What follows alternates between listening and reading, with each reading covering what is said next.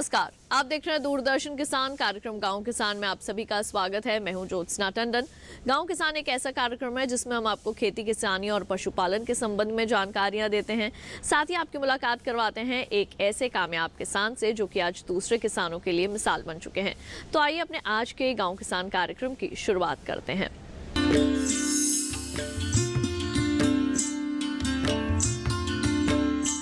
आइए कार्यक्रम की शुरुआत करते हैं हमारे पहले सेगमेंट खेती किसानी से।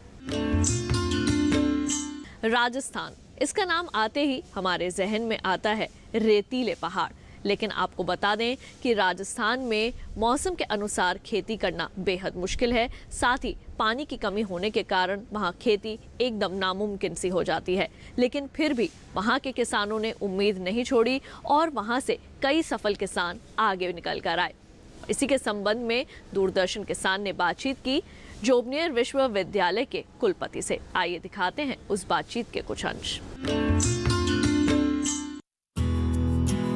क्षेत्रफल की दृष्टि से राजस्थान सबसे बड़ा राज्य है, जिसमें बहुत सारी विविधताएं शामिल है। इन विविधताओं में कई विषमताएं भी है जो कृषि कार्यों को बेहद कठिन बनाती है। इसके बाद भी राजस्थान में किसान सफल खेती की मिसाल कायम कर रहे हैं, जिसकी सबसे बड़ी वानगी पूसा किसान मेले में राजस्थान के किसानों को सम्मानित करना है।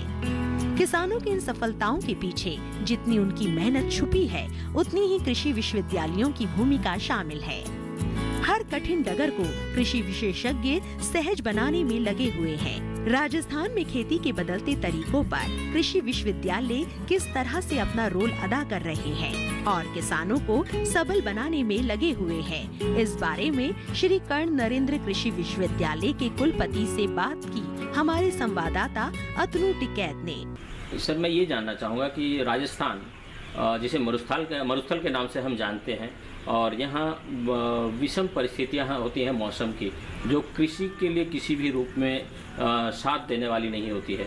ऐसे मौसम में ऐसे जहाँ गर्मी परेशान करती है, जहाँ पानी की बहुत ही कमी है, ऐसे राजस्थान में दिन पर दिन हर साल अगर देखा जाए तो बहुत ही बड़ी संख्या में किसान सफलता के साथ आ रही है।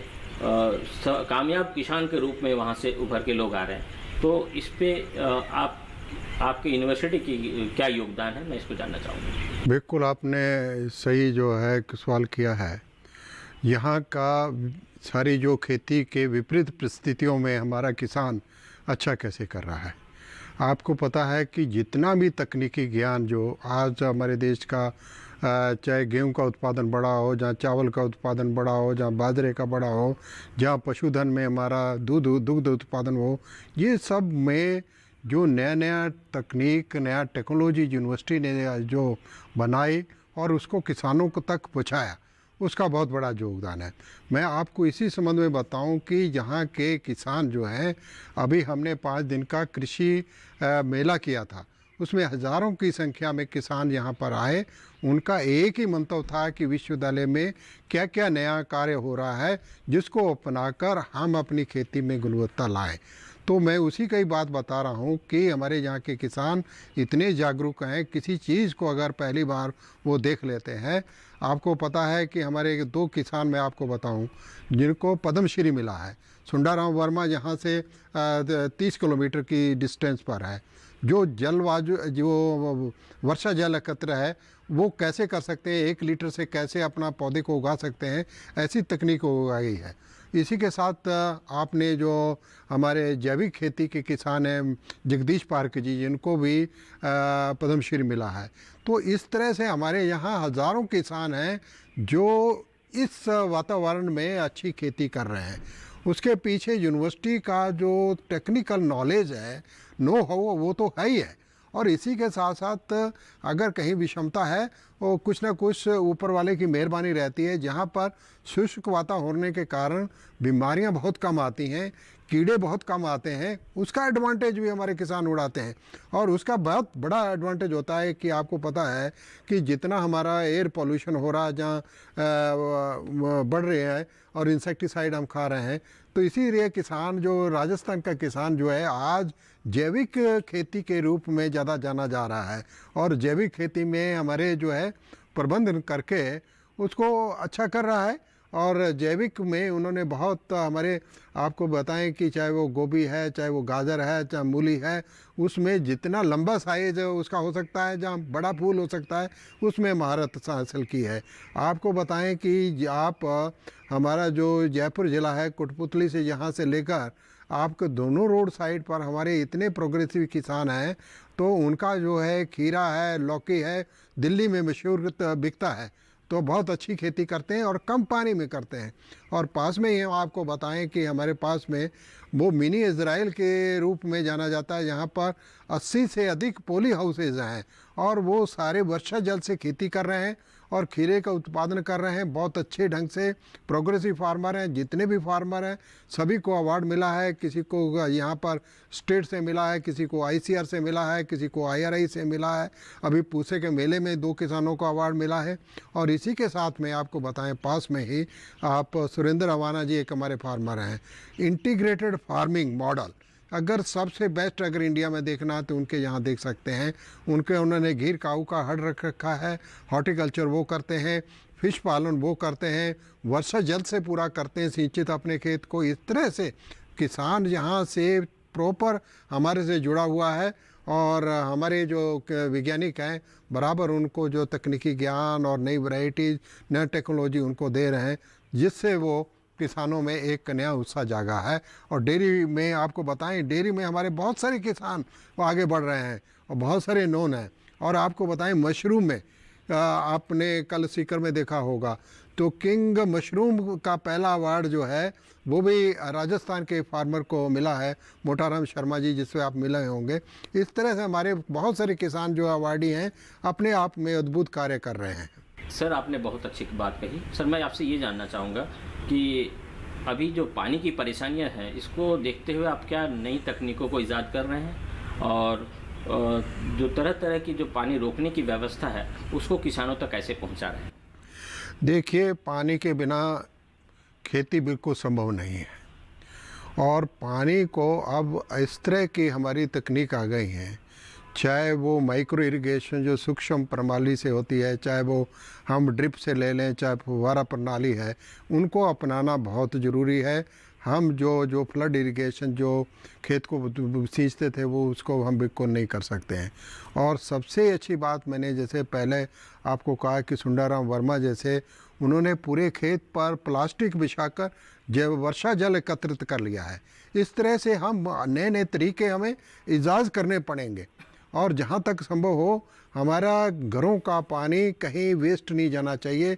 उसको रीयूज़ कैसे कर सकते हैं, घर का वेस्ट कैसे है उसको हम रीयूज़ कर सकते हैं।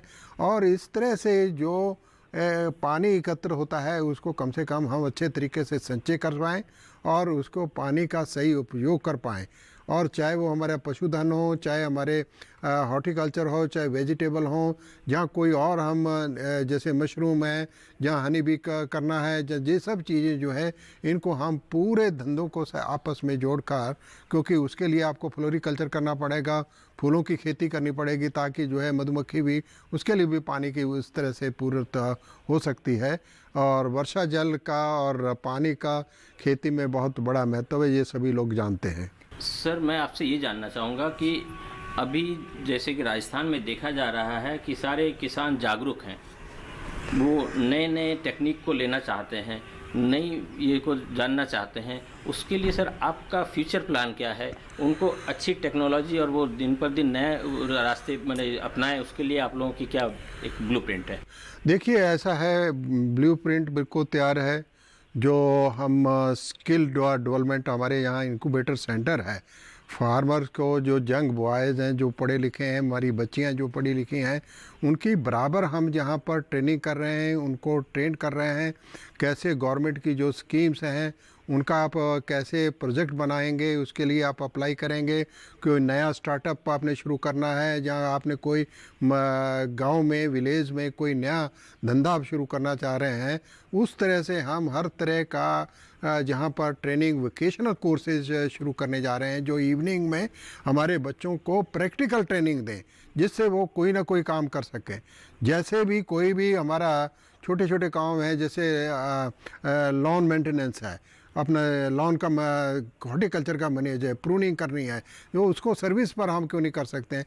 आप कृषि यंत्रों का आप दे लीजिए, बहुत सारे कृषि यंत्र आप धीरे धीरे से सोफिस्टिकेटेड आ रहे हैं, उनका रिपेयर का, उनको मेंटेनेंस का सर्विस अगर प्रोवाइड कर सकेंगे, हमारे यूथ कम से कम एक नया जॉब उनको मिल पाएगा। और इसी तरह से बाकी जो है उनको मार्केटिंग में कैसे मार्केटिंग करनी है, उसमें ट्रेन करना है। बाकी जो स्किल ओरिएंटेशन जितने भी तरह के वो कोर्सेज हम विश्वविद्यालय में चला रहे हैं, ताकि उनको जो है हम लाइव डेमोन्स्ट्रेशन भी दिखा पाएँ और उनको ट्रेनिंग भी दे सकें, और कहाँ से उनको अपने प्रोजेक्ट के लिए पैसा मिलेगा वहाँ तक हम ट्रेन करते हैं उनको। सर, डीडी किसान में आपने इतना समय दिया, आपने पूरी जानकारी दी, इसके लिए आपको बहुत बहुत धन्यवाद। परिस्थितियाँ जितनी कठिन होती है, किसान उतना ही मजबूत हो जाता है, जिसका सबसे बड़ा उदाहरण है राजस्थान के किसान। यहाँ के किसान पूरे देश के लिए मिसाल से कम नहीं, जो इन समस्याओं के बाद भी सफलता की नई नई कहानियाँ गढ़ रहे हैं। इसी के साथ कार्यक्रम गांव किसान में वक्त हो चला है एक छोटे से ब्रेक का। जल्द लौटेंगे वापस, कहीं मत जाइए, देखते रहिए दूरदर्शन किसान।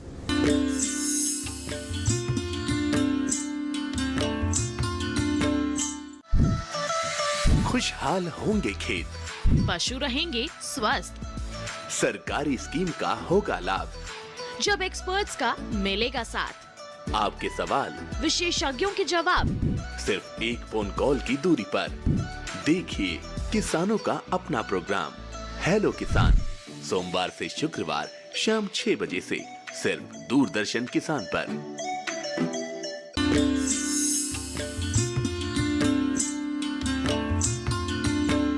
ब्रेक के बाद एक बार फिर आप सभी का स्वागत है कार्यक्रम गांव किसान में। आइए कार्यक्रम में बढ़ते हैं आगे और अब देखते हैं सेगमेंट हमारा पशुधन।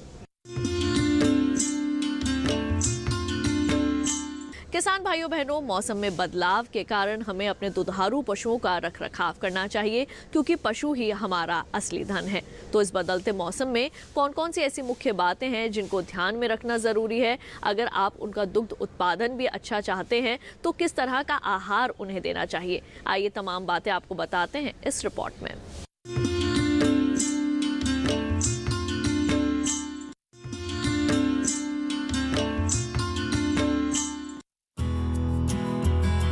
गर्मियां दस्तक दे रही है, तापमान धीरे धीरे बढ़ने लगा है, जो पशुओं के स्वास्थ्य पर बुरा असर डाल सकता है। ये हालात और भी खराब हो जाते हैं जब बात राजस्थान की होती है। इस मौसम में यहाँ कृषि के साथ साथ पशुपालन पर भी खास ध्यान देने की जरूरत होती है, क्योंकि थोड़ी सी लापरवाही से नुकसान की आशंकाएं बढ़ जाती है। इसीलिए पशुपालकों और किसानों को किन बातों का खास ख्याल रखना चाहिए, इस बारे में जानकारी दे रहे हैं पशु विशेषज्ञ डॉक्टर महेश दत्त। दुधारू पशुओं के लिए खासकर गर्मी के दिनों में जो रखरखाव है उस पर हमें बहुत ध्यान देना चाहिए, जिसके लिए सबसे महत्वपूर्ण बात यह है कि इन दुधारू पशुओं के खासकर गर्मी के दिनों में दुग्ध उत्पादन को बनाए रखने के लिए जो पशुशाला है उसकी साफ़ सफाई अच्छे से करें। साथ ही जो वेंटिलेशन है, यानी कि जो शेड के अंदर का जो वायु का आवागमन है उसको बहुत ही अच्छे तरीके से रखना चाहिए, जिसके लिए अगर मान लीजिए कोई पर्दे हैं या मान लीजिए कोई आपने कोई बोरा या उसके ऊपर टाट लगाया हुआ है तो उसको हटा दें, क्योंकि वायु का आवागमन कई बार अगर कम है तो गाय या भैंस जो है उसमें गर्मी महसूस करेंगे। खासकर गर्मी के दिनों में अगर मान लीजिए बहुत गर्मी है तो दिन में हम उसको फोगड़ लगा सकते हैं, उनको चला सकते हैं। छत के ऊपर अगर मान लीजिए चादरें हैं, टीन की चादरें हैं, उनमें उनके ऊपर स्प्रे कर सकते हैं, स्प्रिंकल कर सकते हैं पानी को। तथा रात में जो खुले बाड़े हैं उन बाड़ों के अंदर पशुओं को रखा जाए, जिससे जो छत की गर्मी है वो पशुओं को प्रभावित न कर सके। और खुले बाड़े में कच्चा रहना चाहिए, जो फर्श है वो कच्चा रहे, जिससे पशु अधिक आराम महसूस कर सके। साथ ही उनका जो दुग्ध उत्पादन क्षमता है उस पर भी प्रतिकूल प्रभाव न पड़े। इसके अलावा गर्मी के दिनों में पानी की उपलब्धता बनाए रखें, जिससे पशु के शरीर में पानी की मात्रा बनी रहे और वो बीमारी के शिकार ना हो पाए। और किन बातों का ध्यान रखें, आइए जानते हैं। गर्मी के दिनों में और खासकर बात यह है कि जो उनका खान पान है उस पर ध्यान देना चाहिए। जैसे जो सूखी कुटी है यानी सूखा जो रफेज है भरपूर मात्रा में मिले। साथ ही दूध के अनुसार जो कंसनट्रेट मिक्सचर है यानी जो दाना है वो भी दूध के अनुसार ही मिले। साथ ही जो शरीर की रखरखाव के लिए दाना है उसका 1 से 1.5 किलो अलग से ज़रूर दिया जाए। तथा दिन के समय यदि संकर गायें हैं तो उनको नहलाना बहुत ज़रूरी है। पानी का प्रबंध खास कर रखना चाहिए। अगर देसी गायें हैं तो उनके लिए छायादार पेड़ लगाएं। संकर गायों के लिए भी छायादार पेड़ों की ज़रूरत है।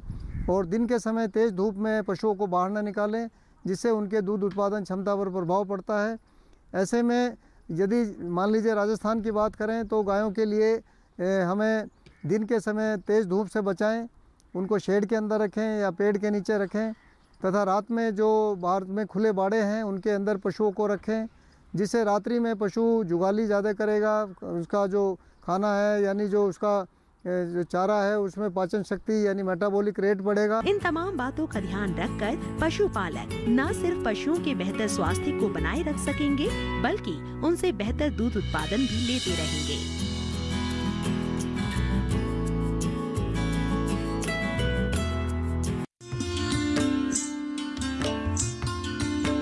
तो अभी आपने दुधारू पशुओं की देखभाल के संबंध में ली कुछ खास जानकारियां। अब आइए एक नजर डाल लेते हैं इस माह के पशुपालक कैलेंडर पर। मार्च माह का पशुपालक कैलेंडर 2021। मार्च में ध्यान देने वाली बातें। आने वाले समय में पशुओं में गर्भ संबंधी एवं अन्य रोगों की समस्या होने पर तुरंत चिकित्सीय परामर्श लेना चाहिए। यदि दूध उत्पादन में कमी हो रही हो तो पशुओं के पोषण पर विशेष ध्यान देना चाहिए। साथ ही पशु चिकित्सक के परामर्श अनुसार आवश्यक जांच यथा दूध, पेशाब, खून जांच इत्यादि करवाना चाहिए। पशुओं को उनकी शारीरिक अवस्था एवं आवश्यकता के अनुसार उचित मात्रा में खनिज मिश्रण 30 से 50 ग्राम प्रतिदिन देना चाहिए। इस माह में पशुओं को खुरपका, मुंहपका, FMD, एंथ्रेक्स, रेबीज एवं अन्य रोगों के विरुद्ध टीकाकरण अगर नहीं हुआ है तो टीकाकरण अवश्य कराएं।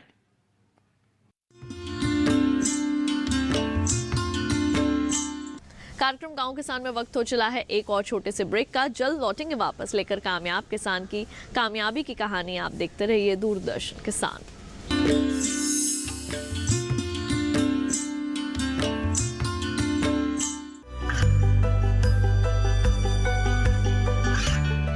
गांवों और पिछड़े क्षेत्रों में सरकारी योजनाओं की जानकारी पहुंचा।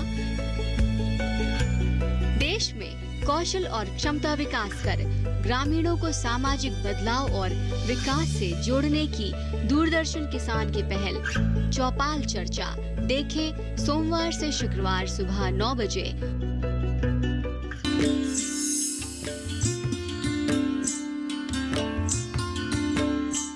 ब्रेक के बाद एक बार फिर आप सभी का स्वागत है कार्यक्रम गांव किसान में। आइए कार्यक्रम में बढ़ते हैं आगे और अब देखते हैं सेगमेंट कामयाब किसान की दास्तां।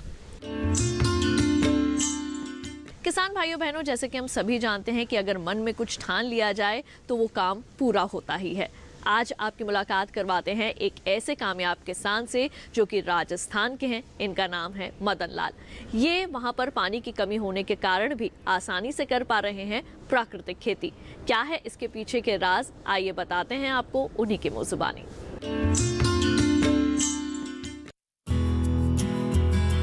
राजस्थान में विषम परिस्थितियों के बीच खेती करना सीधे प्रकृति से मुकाबला करने जैसा है। मौसम की मार, पानी की समस्या के बीच किसान ऐसी तकनीकें इजाद कर रहे हैं जिससे अच्छी पैदावार ली जा सके, जिसमें सबसे बड़ी भूमिका जैविक खेती की है। इस तकनीक का लाभ लेकर किसान बंजर मिट्टी में भी फसलें लहलहा रहे हैं। ऐसे ही एक किसान है मदन लाल, जो जैविक खेती से मिट्टी की और अपनी तकदीर बदल रहे हैं। जब भी किसान की बात की जाती है तो हमारे मन में जो तस्वीर उभरती है वो बिल्कुल ऐसी ही होती है, सादगी भरी, जिसमें सहजता और कर्मठता हो।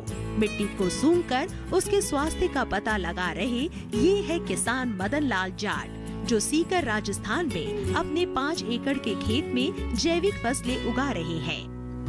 वो बताते हैं कि पहले वो रासायनिक खेती ही किया करते थे, जिसमें लागत ज्यादा और मुनाफा बेहद कम था। इसी वजह से उनके परिवार की आर्थिक स्थिति भी ठीक नहीं रहती थी। लेकिन इस समस्या का समाधान तब मिला जब उन्होंने कृषि मेले में जैविक खेती को समझा। यहाँ उन्होंने सुभाष पालेकर से जैविक खेती का प्रशिक्षण लिया। वो इस प्रशिक्षण से इतने प्रभावित हुए कि घर आकर खेत में लगी मूंगफली और बाजरे की फसलें अलग करके गेहूं की फसल लगाई, वो भी जैविक तरीके से। बस यहीं से मदन लाल ने अपनी खेती में सुधार शुरू कर दिए। हाँ, 2015 से हम बजाज ट्रस्ट से जुड़ गए थे। 15 में इन्होंने अपना सब्जी का भी बताया कि इस बार से लटान से सब्जी उगाओ, पानी का हौद बनवाया, गोबर गैस भी बनवाया इन लोगों ने, गायों की भैंसों का ठांड भी बनवाया और बहुत कुछ मदद किया। फिर अक्टूबर 16 में इन्होंने खेती के बारे में समझाया हमें। तो खाटू श्याम जी में गए हम, वहाँ सुभाष पालेकर जी ने 5 दिन का प्रशिक्षण दिया। मैं ददचित होकर मतलब उनका प्रशिक्षण ही सुनता रहा। आते ही उसी महीने में मूंगफली बाजरा था, वो निकाल के गेहूँ की बुआई की, प्याज लगाए, सरसों बाई, मेथी बाई, चना, ये हमारी फसल होती है। तो पहले साल तो थोड़ा कम हुआ क्योंकि वो उतना पूरा मेरे पास गाय भी नहीं था, चना भी उस टाइम नहीं था, वो कुछ पैसा भी नहीं था। दूसरी साल ज़बरदस्त फसल, बरसात के टाइम में पूरी फसल होती है। अनुभव इसका ऐसा किया कि अब की बार बाजरी पूरी निकल गई आड़ोसी पड़ोसी की, मेरी बाजरी पूरी खड़ी और 20 गाय भैंस है जिसको सब वो चारा पूरी टाइम का मिल गया इनको। बाजरी भी बहुत हुआ, गेहूँ भी हो रहा है और ज़मीन में भी सुधार हो रहा है। और फिर उन्होंने 17 में एक मेला लगवाया पुलिस ग्राउंड में सीकर में। तो वहाँ से हमको संपर्क में 1-2 ग्राहक मिले। वो अपने विश्वास के ऊपर उन्होंने अपने आप लेना थोड़ा शुरू किया। अब 2 साल से ये फसल भी सर्दी वाली भी बढ़िया हो रही है और बरसात की फसल में तो इस खेती में कोई दिक्कत ही नहीं आती है। इससे पहले 15 से पहले मैंने कभी 1 लाख रुपया दोनों फसलों का गिन के नहीं बचाया। अब दोनों फसलों के 2-3 लाख रुपए की फसल बेच देता हूँ, ये समझो। पहले इतना जुगाड़ नहीं था। मतलब मदन लाल ने जैविक खेती के लिए पशुपालन भी किया है, जिससे जैविक खाद और कीटनाशक की उपलब्धता बनी रहे। वो गाय के गोबर से बीजामृत, जीवामृत और खाद का इस्तेमाल करते हैं, जिससे मिट्टी की सेहत भी सुधर रही है और मदन लाल के आर्थिक हालात भी। बीज का पहले बीजामृत करते हैं। बीजामृत में क्या है, गाय का गोबर, देसी गाय का 5 किलो, जैसे बीज के आधार से होता है। 100 किलो बीज में 5 किलो गोबर, 5 किलो गौमूत्र और थोड़ा सा चूना 50 ग्राम में डालो। उसको 12 घंटे भेके अनाज में मथ के उसको छाँव में सुखा लो और बीज दो। उसके बाद में पहले गंजीवामृत बना के डालते हैं। यही गोबर को गंजीवामृत बना लेते हैं, थोड़ा बुरका देते हैं, ज़्यादा नहीं डालने का पड़ता है। उसके बाद में जीवामृत ही चलाते हैं। जीवामृत में क्या है, 200 लीटर पानी में 10 किलो गोबर, 10 लीटर गौमूत्र और 2 किलो गुड़, 2 किलो बेसन और थोड़ी सी 1 मुट्ठी जीवामृत की जीवाणु मिट्टी। और उनको 3 दिन, गर्मी में तो ये 3 दिन में तैयार हो जाता है और सर्दी में 7 दिन लगते हैं। इनकी रख रखाव की यही है कि धूप और बरसात से बचाना और वो मच्छरदानी से छान के अपनी वेंचुरी बना रखी है, इसमें डाल देता हूँ और फुहारा से चलता रहता है ये हर फसल में। मदन लाल जैविक खेती से पहले की तुलना में काफी लाभ कमा रहे हैं। उनका कहना है कि जैविक खेती लागत को कम और मुनाफे में इजाफा करती है, जिससे आर्थिक समृद्धि होना लाजमी है।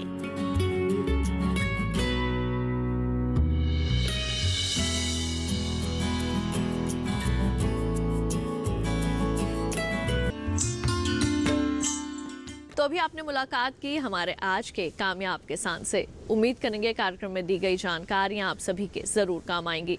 तो आज के गांव किसान कार्यक्रम के इस अंक में बस इतना ही। अगली बार फिर आप सभी से होगी मुलाकात। तब तक के लिए मुझे दीजिए इजाजत। आप देखते रहिए दूरदर्शन किसान। नमस्कार।